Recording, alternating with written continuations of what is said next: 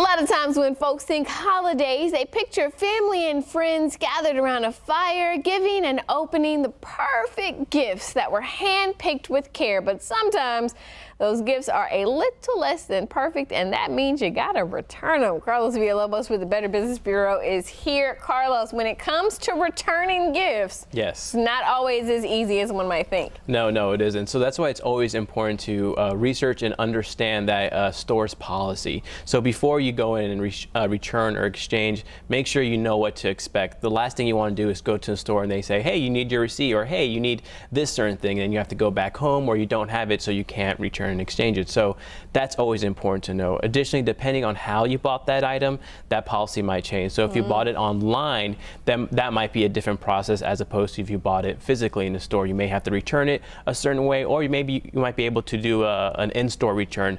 Whatever the case may be, make sure you're reading on those two different policies. Yeah, the good news though is that most businesses, especially larger businesses, if it was a gift and they can verify that it was bought with them, they'll let you swap it out. Yeah, that's true.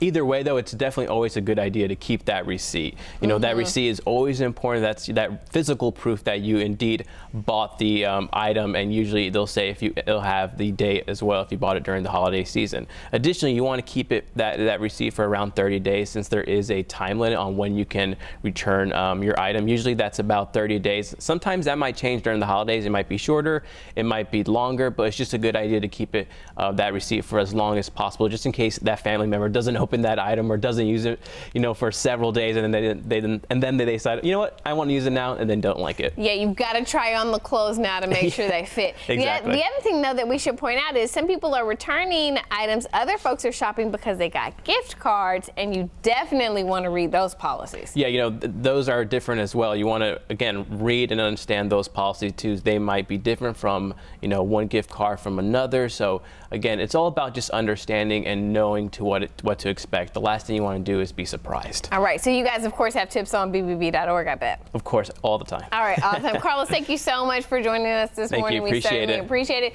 If you guys missed any of this, we're going to upload this interview onto KVUE.com right after the newscast. We'll be right back.